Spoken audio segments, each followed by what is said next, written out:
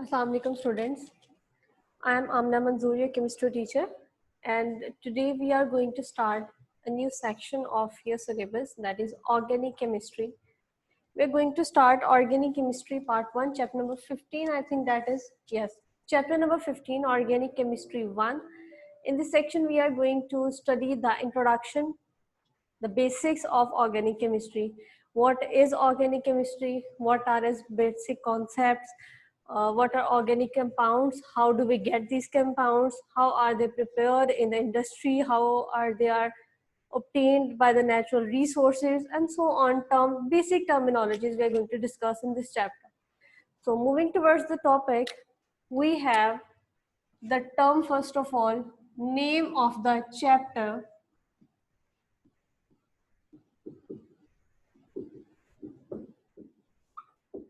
organic chemistry. Organic chemistry is basically a branch, or you can say a field of the chemistry. And in this field, in this branch, we basically study organic compounds. All kinds of, any kinds of organic compounds are studied in this field.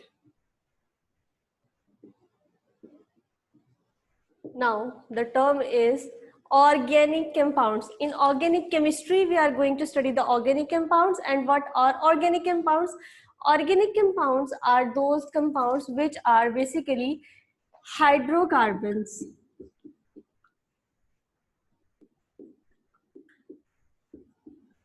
So if we are saying that we are going to start or we are going to study organic chemistry, it means organic chemistry is the study of hydrocarbons. We are going to start organic chemistry means we are going to start hydrocarbons. We are going to study hydrocarbons. And what are hydrocarbons? It is simply can be predicted by the name hydro and carbons, means the compounds of carbon having hydrogen in them. Compounds of carbon having hydrogen. Now, all the kind of compounds which contains carbon might, according to the definition, cannot be considered in the field of organic chemistry, because in the definition we have a little bit of limitations. Exceptions are always there. Organic compounds are the compounds of carbon, hydrogen, except carbon dioxide, carbon monoxide, and some other kind of compounds that we obtain by minerals, which are basically called inorganic. Any kind of compounds which have carbon cannot be considered as organic. But if we are going to take this in a serious note, we can say all the organic compounds include carbon, but all the compounds having carbon are basically not organic. This is the basic difference that we need to understand. Organic chemistry is the study, is the field in which we are going to study the organic compounds. Organic compounds are the basically hydrocarbons. Hydrocarbons are the compounds of carbon having hydrogen in them, forming covalent bonds.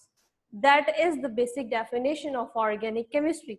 Now, if we are talking about hydrocarbons, we have to study hydrocarbons in detail. What are these compounds? How do we can obtain them in nature? So we can start the history of organic compounds.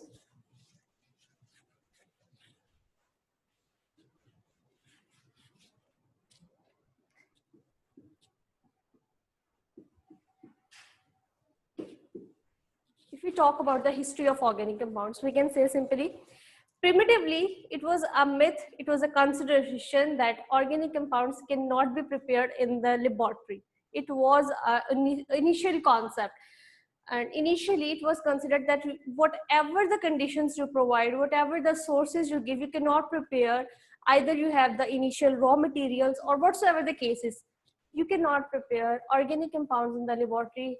And the basic reason was, they said you need a unique kind of force to prepare the organic compounds in the nature, in the laboratory, and that kind of force is basically not available in the laboratory. That force, that nature, that bond is only available in the organic compounds itself or in the natural compounds that is provided by the nature. You cannot prepare it in the laboratory. That was a myth basically, but suddenly, accidentally, a compound, initially urea was prepared. Urea is an organic compound. Urea was prepared in the laboratory, and after the formation of urea, this concept of vital force theory, it was called vital force theory, that concept was declined, it was rejected, and this concept that organic compounds cannot be prepared in the laboratory was rejected. Now to to the modern days, till the modern days, now we can prepare any kind of organic compounds in the laboratory, because we do not actually need that kind of forces in actual cases. We just need raw materials, we need to provide the conditions and substances, so we can prepare organic compounds, we can prepare hydrocarbons. Now it was the history that how can we prepare these compounds in the nature. The point is, either can we obtain this from nature, we can obtain organic compounds from the natural resources.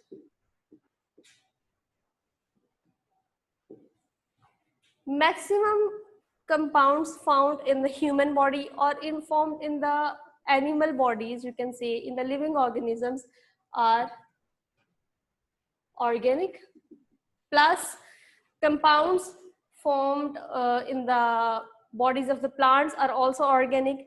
You can say compounds formed in the by the different processes, chemical reactions, and that are occurring in the human body, in the animal bodies, in living organisms, are all organic in nature. Not all, but basically most of them. For example, I say we have glucose in our body. Plants have starch in them. They have cellulose. We have fats, proteins. All these compounds are organic in nature. These are all the hydrocarbons. So you can say that they are present in natural resources as well. They can be prepared in the laboratory. Both these possibilities are there. Plus, how can we obtain them? There are other kind of resources from where we can get the organic compounds. These are all related to the living organisms, but some of other resources are there. You can say natural gas, that is also organic compound. Petroleum, that is also natural gas. Naphtha, well, naphtha is a major constituent of the petroleum oil, and that is a major constituent from which we can get the organic compounds for ourselves, for our usage. So this was a little bit history of organic compounds. Now we have to move to a new term that is called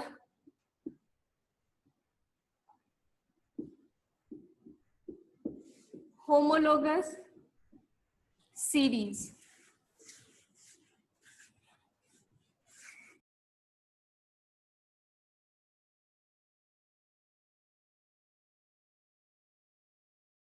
By their chemical formulas, like if you're increasing the number of carbon compounds in them, carbon element in them, their properties may vary, but the basic properties are same. Homologous series are basically the families of the compounds, and all these families like belonging to them. I'm writing a formula of over here. I have written 3 carbon elements forming covalent bonds with each other. You all know that carbon is an element which form 4 bonds. So let's say each of these carbon have to form 4 bonds. 1, 2, 3, 4. 4 bonds are completed. 1, 2, 3, 4. 1, 2, 3, 4. Now all the 4 bonds of each of these 3 carbon atoms are completed. Now we have to consider what kind of atoms have been attached by these bonds. Two bonds are there. Now let's say these are simple organic compounds, simple hydrocarbons, and all these vacancies have been filled by the hydrogen atoms. Simplest.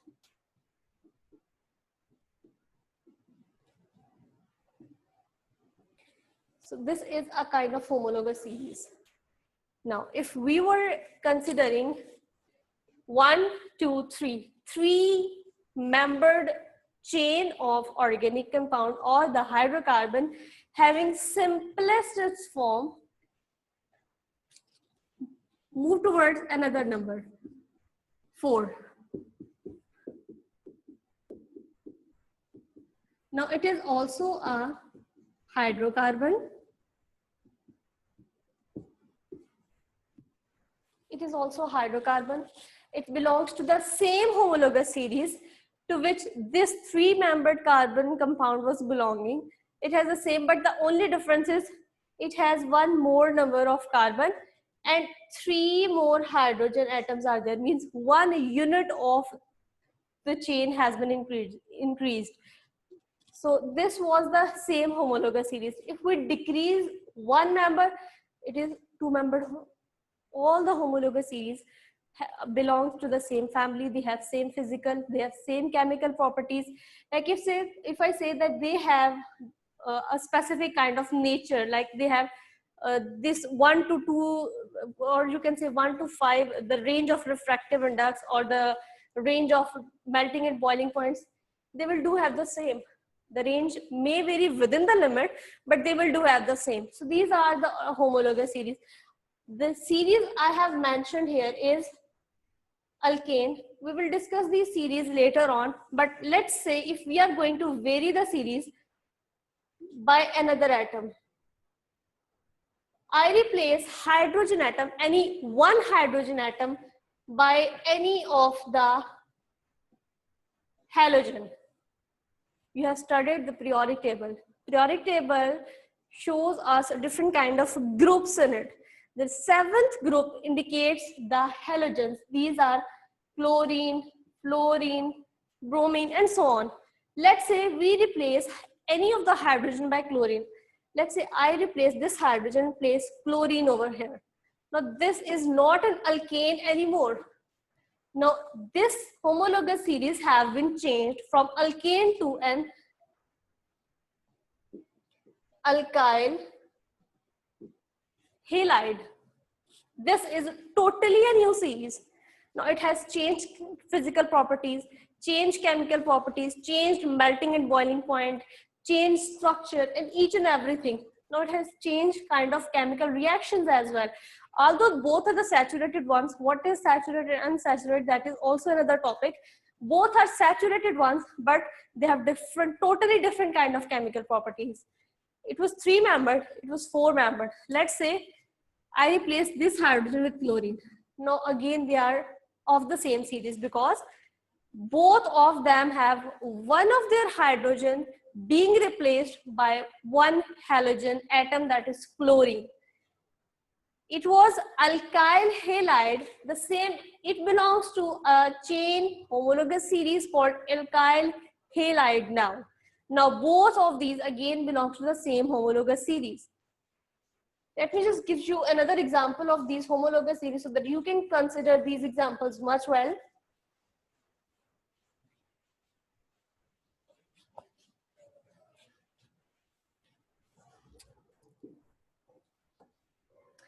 Let's say we have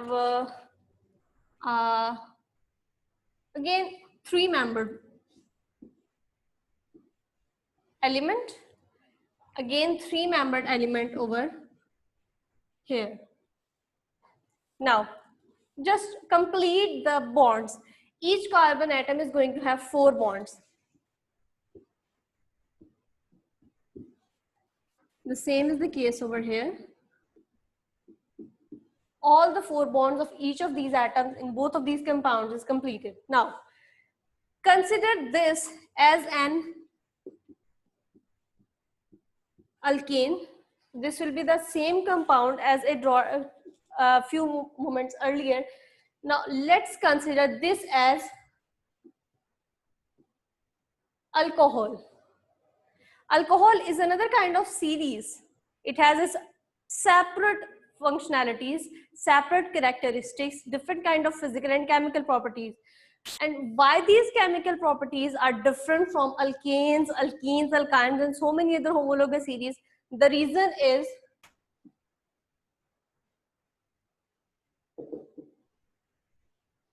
functional group.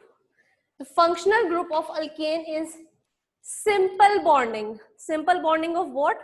Simple carbon to carbon and carbon to hydrogen. Simple single bonding means sigma bonding. All these are saturated compounds. So if it is an alkane, this is the full structural form of it. If we are talking about functional group of alcohol, its functional group is OH. Hydrogen, let's say one of its hydrogen have been replaced by hydroxyl, that is OH. So these are now two different kind of homologous series. This one is alkane and this one is alcohol. If I say this alkane is not an alkane anymore but an alkene, it means it has been changed to some other kind of series. Name of the series will tell you about what kind of functional group is present in that series. We have a list of different kind of functional groups, and on the daily basis, we will be discussing 2 or 3 functional groups so that you may not be burdenized and you will get that concept easily. So if you are talking about the homologous series and the series alkanes, just remember alkane is a kind of series which has saturated carbon to carbon and carbon to hydrogen, all the sigma bonds. And if you are talking about the alcohols, they have at least one hydroxyl group in this compound. It may be 2, it may be 3, more than these. I'm just writing over here a compound having 3 carbon atoms, but the carbon compounds, I mean the hydrocarbons, are the complex compounds, so much complex that there are some of the compounds which have thousands of the number of the carbon chain in them. So if the carbon number is 1000, and on this 1000 chain, each of the carbon is bonding to 4 different kind of atoms. So you can consider how much is the possibility of variation in them. So if we have one alcohol, that is diol. If we have 2 alcoholic groups, means 2 OH groups, that is diol, triol, tetraol, and so on. What are these terms? Let's just discuss the prefixes and suffixes in the next point. So I just hope that homologous series are clear to you and the functional groups as well. Now moving towards the next term, that is catenation.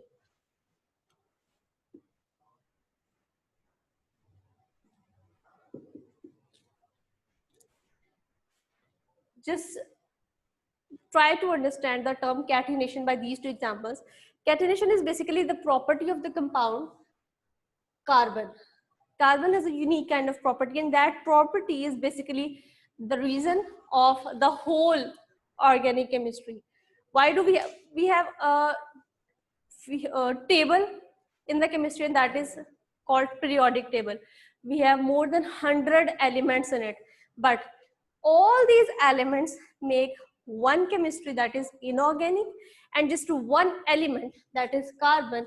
It alone, this carbon, makes a whole new field of chemistry called organic chemistry, that is much vast than other ones. So this property, catenation, is basically the reason of this whole organic chemistry. Now, what the property is, catenation says that carbon atom has a unique kind of ability. It can form long chains, either single or branched, but it can form chains with itself plus with the other elements as well. And because of this, it can form a variety of compounds in it. You know, carbon has the ability to form 4 bonds. If it has the ability to form 4 bonds, 1, 2, 3, One carbon atom is forming a bond to another carbon, again to another. If I replace this hydrogen to this, again carbon, this chain can go for thousands of carbon atoms. This property that it can form chains with itself, carbon to carbon chains, this basically property leads to the formation of the concept called catenation. And no doubt this is making this field this much vast and important, because it has a lot of organic compounds in the field, in the industries that are used widely. The point you need to consider is catenation is not going to form the straight chain only. It can also lead to the formation of branched chains, and not single branched, multi-branched. I can say, okay, I am going to write the carbon backbone only, not the other ones. If the space is vacant like this, just consider there are hydrogen atoms. So let's say this is a chain, 1, 2, 3, 4, 5, 6, 6-membered straight chain. If I say from the position number 3, there is a side branch coming out, 1, 2, 3, 4, 5. Now 5 over here and 6 in the direction. So let's say it will say 1, 2, 3, 4, 5, 6, 7, 8. A branch of, chain of 8 with a branch of 2. Let's say it has again a chain like this, that is again going to another form. This property is called catenation. What is catenation basically? Catenation is basically a property of the carbon element that it can form simple chains, either branched or unbranched, by forming covalent bonds with itself. Carbon can form self-linkages. Self-bonding property of carbon is called catenation, and this catenation, this property is basically the reason of the whole organic chemistry. It is originating the whole organic chemistry, organic compounds, and the hydro compounds. Now, the last key point we are going to discuss today is the concept of prefixes and the suffixes in organic chemistry. The concept of prefix and suffix is basically used in the nomenclature.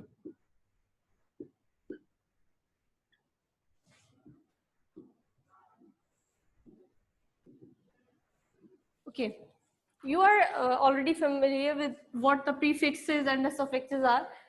Prefixes are the short terms that are used before the name, and suffixes are used after the name. If we are talking about English, let's say that is a term. If I place so, so is the prefix. If the word so is to be used, I am using that after this one. So this is the suffix. So that the term, the short form that is used earlier is prefix. The later one is suffix. What are the uses of it in the organic chemistry? We have different kind of prefixes, we have different kind of suffixes that will help us to understand two things. Number one, what the name of the organic compounds we are reading, we are learning is. Number two, what is the homologous series by which it belongs, and what is the functional group that is present in that series. Now, I have to give you a naming of 10 compounds. If you have one carbon atom, if you have two carbon atom, 3, 4, 5, 6, 7, 8, 9, and 10. Just remember, these terms are going to use in each and every compound in all the homologous series. So you just have to memorize all these once in a while.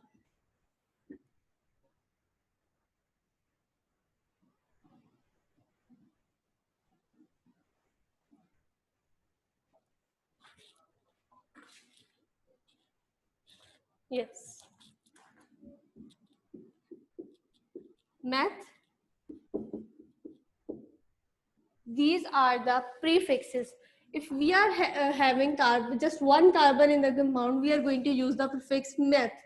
If we have two, we are going to use ETH, eth. If we have three, prop. 4, BUT, but. 5, 6, hex. 7, hep.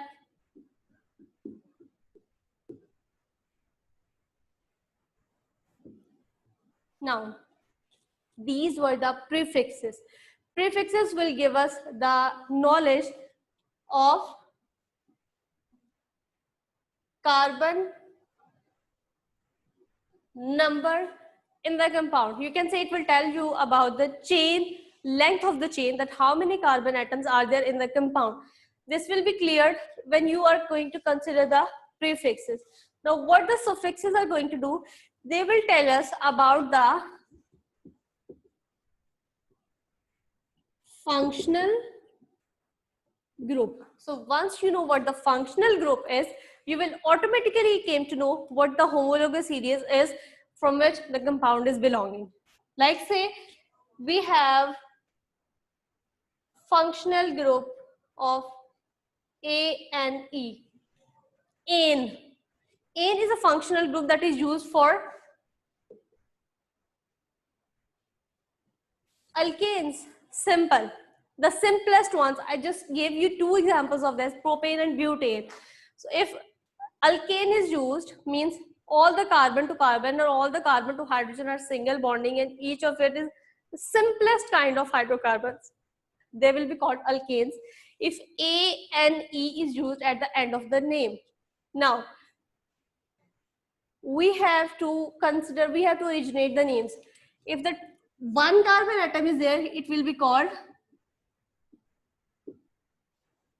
prefix meth, suffix ane.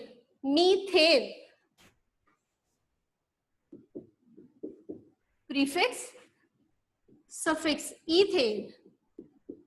Propane. Butane. Pentane. Hexane. Heptane. Octane. Nonane. Decane. All these 10s. If I am saying that we have a functional group of E and E, it means alkene. That is another series, another homologous series. So that will be methene, ethene, propene, butene, pentene, hexene, heptene, octene, nonane, decane. This is the whole homologous series. So by just considering the name, focusing on the name of the compound, we can tell about the number of the carbon chain. We can tell about the functional group. We can tell about the homologous series as well. So if I am writing over here that we have, let's say, decane. What does it mean? Decane means DEC, means a compound having 10 carbons in, and that belongs to the homologous series called alkanes, means all the 10 carbon atoms are forming a single covalent bond with each other plus single sigma bonds with other hydrogen atoms to fulfill the capacity, the octet of them. This is all about the lecture today. Let me just summarize it in the short form.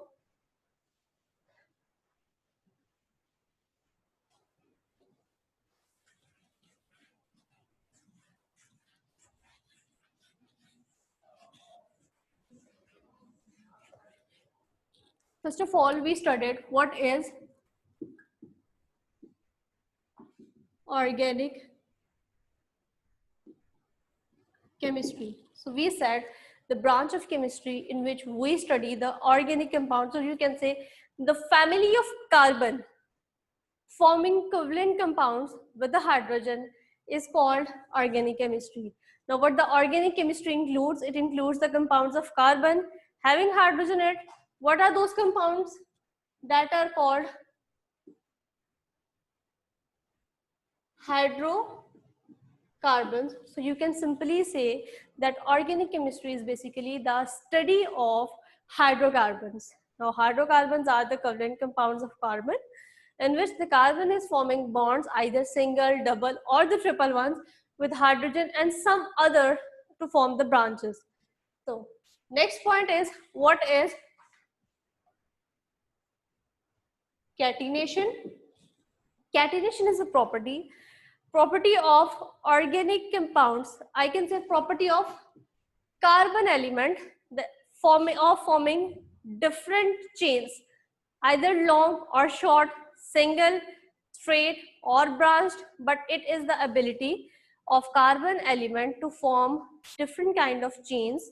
You can say self-linkage property of carbon element is called catenation. The next term we used was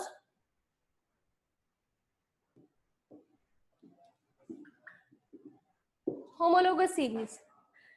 I just gave you a simple word to understand the series, that is a family. Homologous series are basically the families of organic compounds. So you can say if a compound is X, it belongs to this family. We have compound Y, it belongs to this family. We have compound Z, it belongs to this family.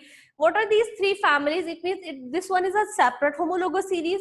Y was having separate homologous series, Z was having a separate homologous series, and each homologous series have a different kind of properties, either chemical, physical, different kind of nature, different kind of chemical reactions, different kind of properties in each and everything. After the homologous series, we have a next term,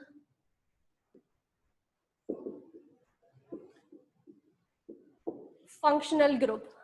Now, these two terms are basically interlinked. That homologous series are basically identified on the basis of the functional group present in them. And basically the homologous series, I mentioned you that homologous series have, one homologous series have same kind of chemical reaction, but to the other, they're the different one. So all the chemical reactions, all the properties, the homologous series is exhibiting is basically because of the functional group present in them. Let's say if I say that alkanes I mentioned today are very, very strong. So why are they strong? Because their functional group is carbon to carbon single bonds.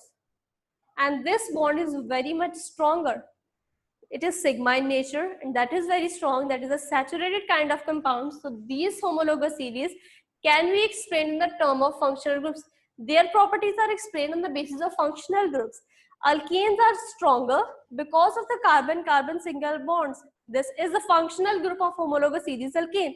If I mention you about alcohol, its functional group was OH. If I say homologous series alcohols, its functional group is OH, and OH you all know is hydroxyl. It is basic in nature. So if I say that alcohols are basic in nature, that is basically because of the functional group present in it. If I say they are going to perform specific kind of reaction, either oxidation, reduction, or any kind of reaction, that is basically because they have a specific kind of functional group attached to it. So homologous series and functional groups are somehow interconnected to each other. So if you know the functional groups, you can easily identify the homologous series, and unfortunately you will be able to identify the kind of reactions they will do, the kind of behavior they will show you in different kind of reaction, either reduction, oxidation, or so on. So two functional groups I mentioned you today is alkane and alcohol. We will be studying 2 or 3 functional groups each day so that you can memorize them easily. You have to consider the basic properties of each of these. Alkanes are carbon to carbon single bonded, and alcohols are carbon to OH, means at least one of the hydrogen of alkanes have been replaced by hydroxyl. They will be called as alcohols. That is all for today. By tomorrow's lecture, I'll be explaining you the basic homologous series that are included in your syllabus, and after that I'll give you a worksheet in which different kind of examples of the nomenclature will be given over there. You have to memorize the prefixes and suffixes so that you can memorize them. You can identify the organic compounds easily. Thank you.